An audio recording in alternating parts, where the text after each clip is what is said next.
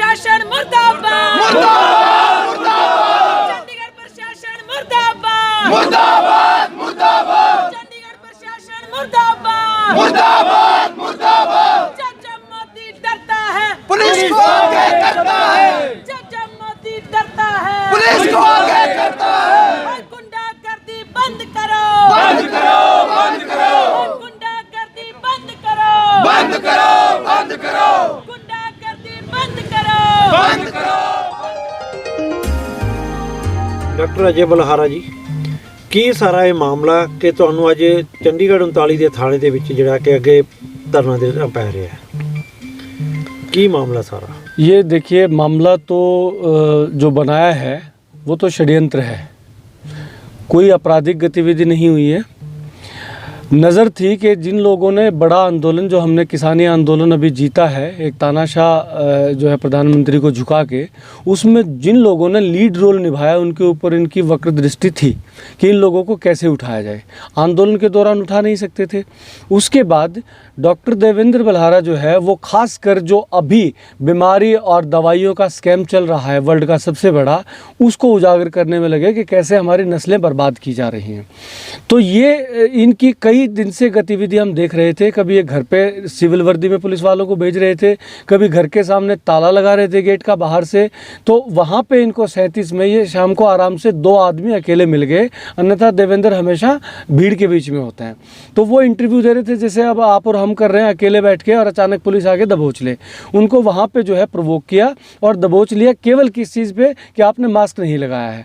अब आप देखिए कि हम काफ़ी दूरी पे बैठे हैं और इंटरव्यू कर रहे हैं, तो यहाँ कोई मास्क की ज़रूरत नहीं है। अगर कानून हो तो भी यहाँ ज़रूरत नहीं है। तो उसको उस चीज़ पे उठाना था, तो पेंडेमिक एक्ट में चालान उसका होता है, हालांकि वो चालान भी नहीं है, चंदे की पर्ची है, क्योंकि उस फॉर्म पे चालान नहीं लिखा होता है।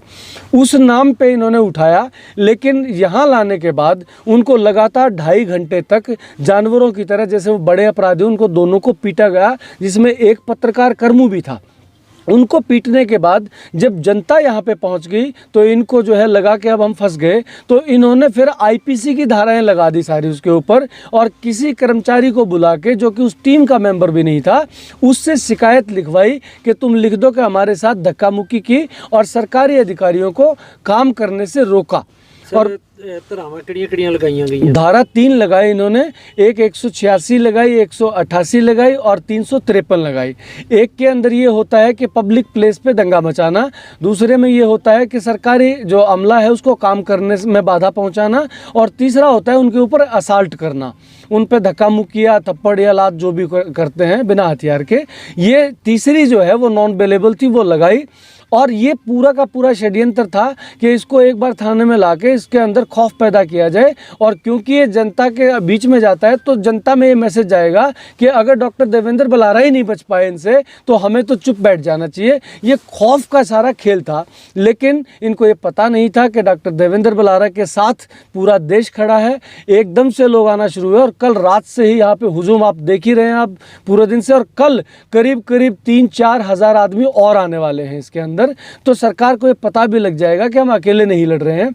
अब आज जो कोर्ट के अंदर कार्रवाई हुई, उससे पहले जब हम लोग यहाँ पे पहुँचते हैं तो जो इन्होंने, जिसको हम असल में गुंडा राज, पुलिस राज कहते हैं, उसका नंगा नाच देखने को मिला। ना तो इन्होंने उठाने के बाद किसी को, जो CPC के अंदर होता है कि 50A के अंदर आप लोग घर वालों को इन्फॉर्म करेंगे इमीडिएटली कि आपका बंदा उठा के हमने यहाँ पे डिटेन किया है। इन्होंने 2.5 घंटे तक किसी को फ़ोन नहीं किया, उनके फ़ोन छीन लिए, उनको बात नहीं करने दी।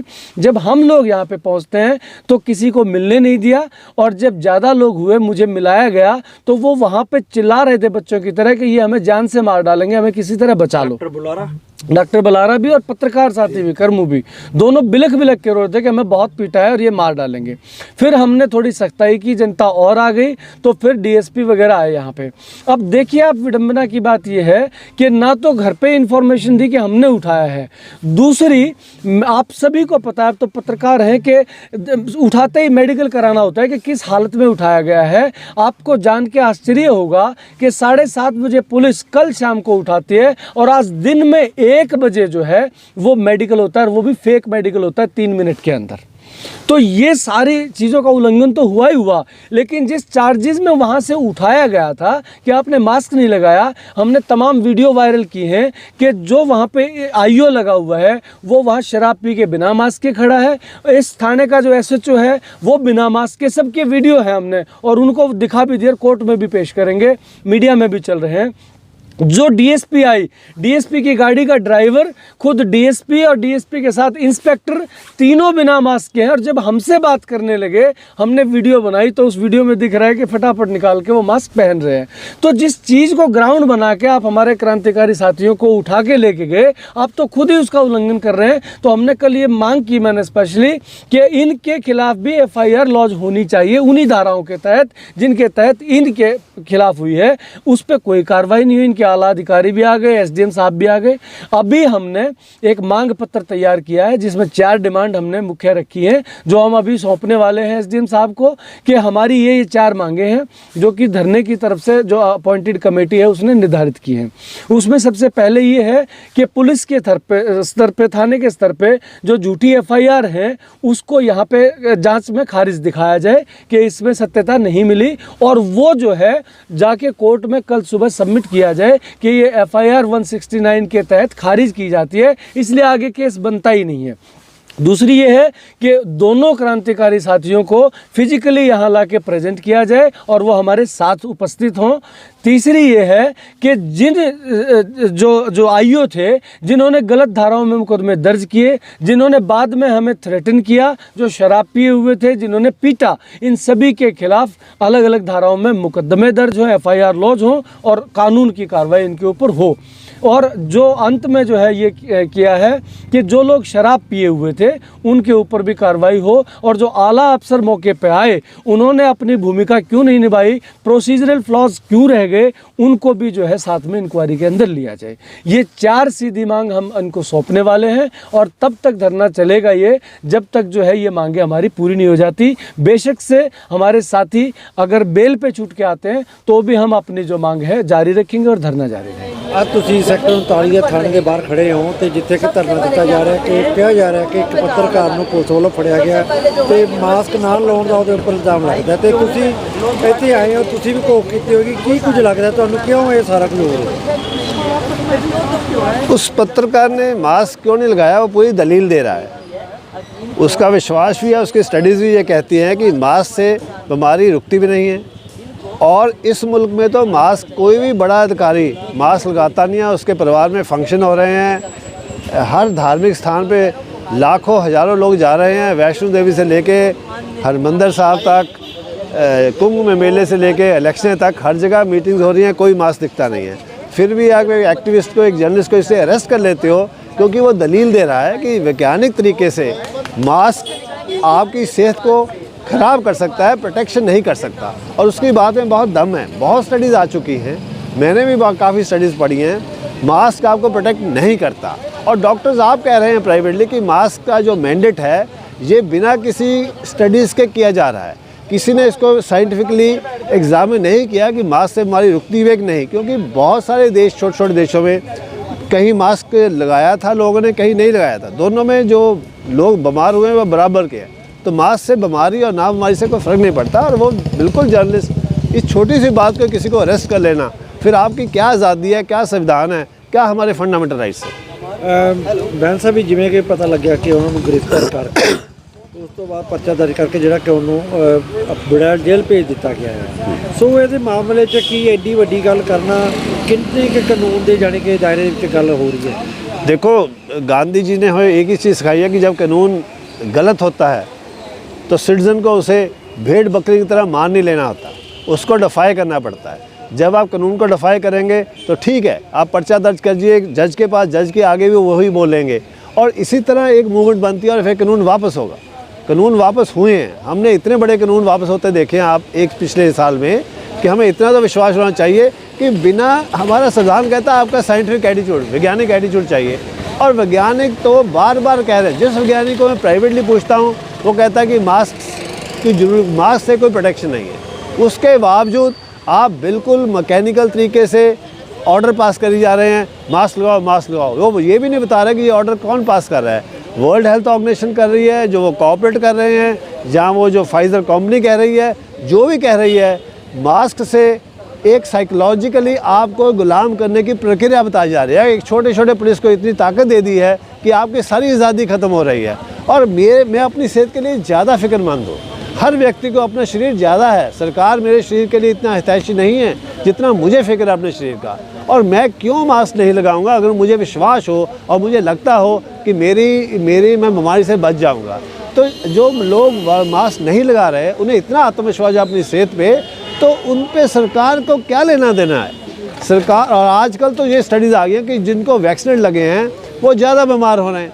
जो वैक्सीनेटेड पीपल हैं वो लोगों को बीमार कर रहे हैं। वैक्सीनेशन से बीमारी फैल रही है। कई देश हैं, 5-7 देश दुनिया के, जिन्होंने सारे अपनी पॉपुलेशन को वैक्सीनेट कर लिया। अब वो तीसरा वैक्सीनेट लगा रहे हैं, चौथा लगा रहे हैं, बीमारी तब भी ख़त्म नहीं हुई।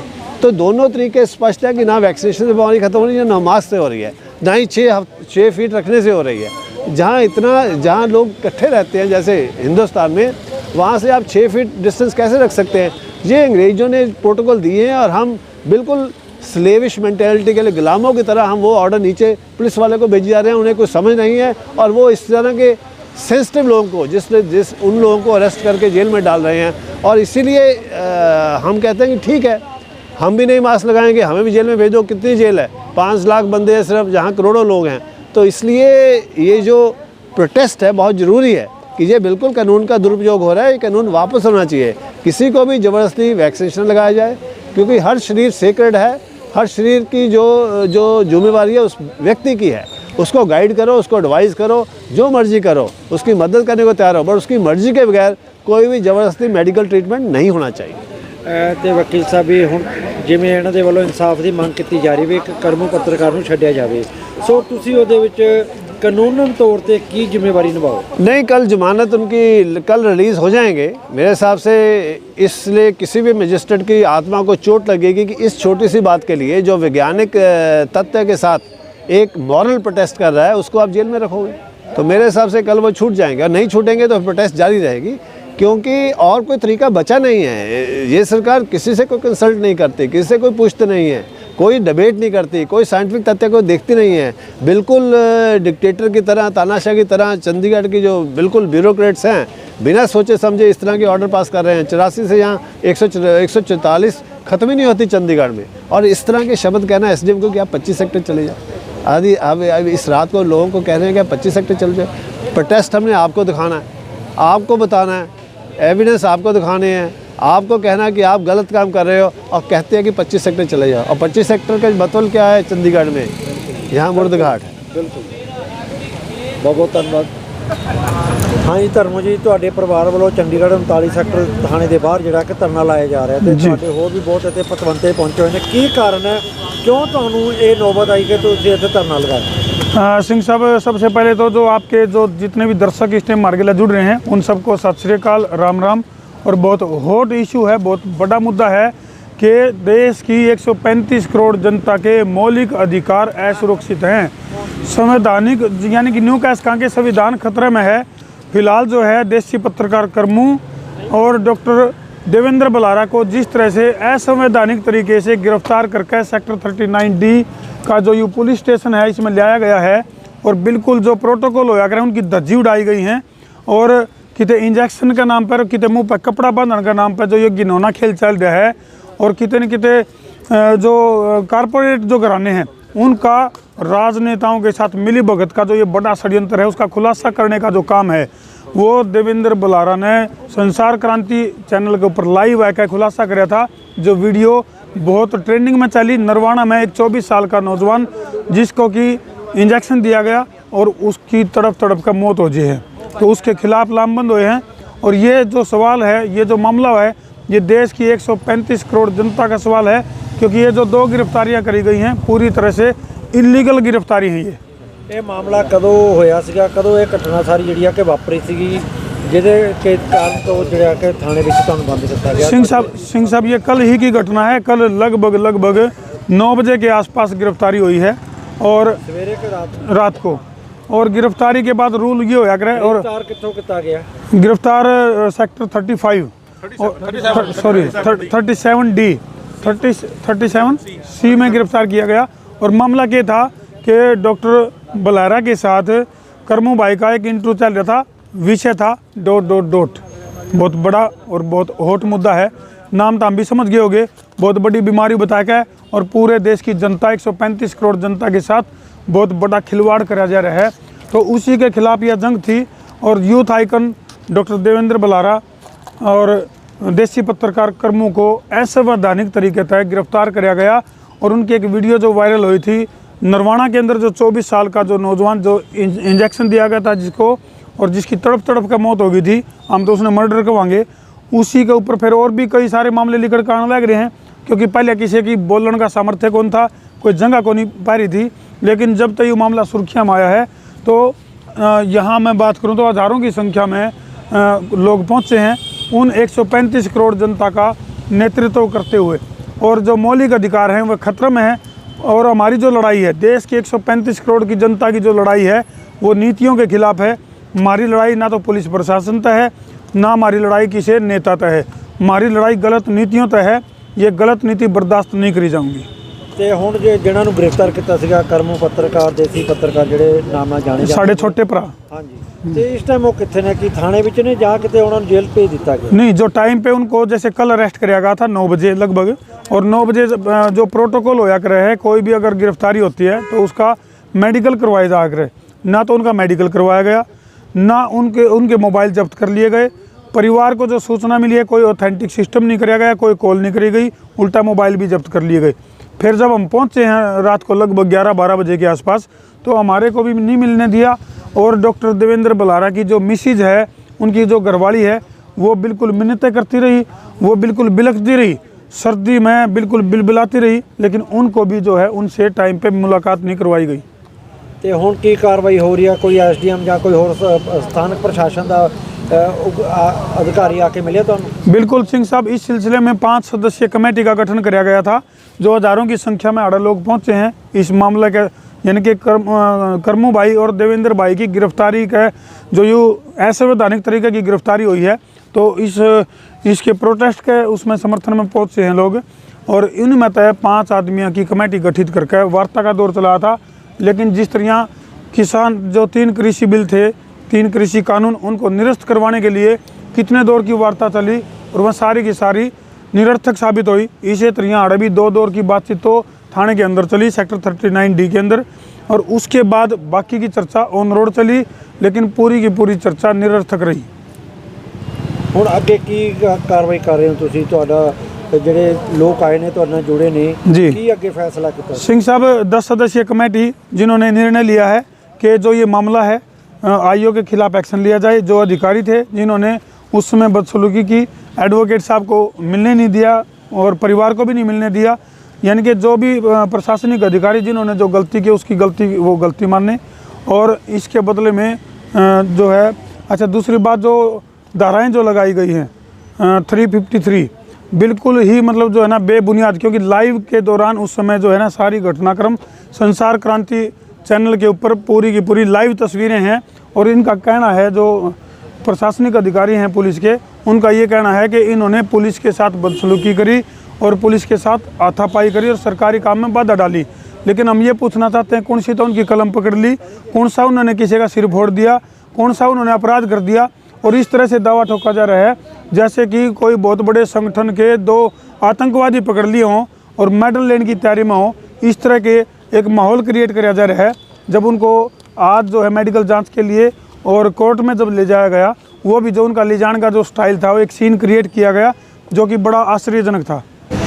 इसमें सबसे ज़्यादा जो हमारी जो डिमांड है, यानी कि एक बहुत बड़ी बीमारी का हवाला देकर जो कारपोरेट घरानों के साथ साठगांठ करके जो सत्ताधारी पार्टी हमारे जो मौलिक अधिकार है उनको हनन करने का जो काम कर रही है, हमारी लड़ाई उनके खिलाफ है। सत्ता में चाहे पार्टी कोई सी भी हो, लेकिन नीति गलत होगी तो हमारा जो विरोध है वो बरकरार रहेगा।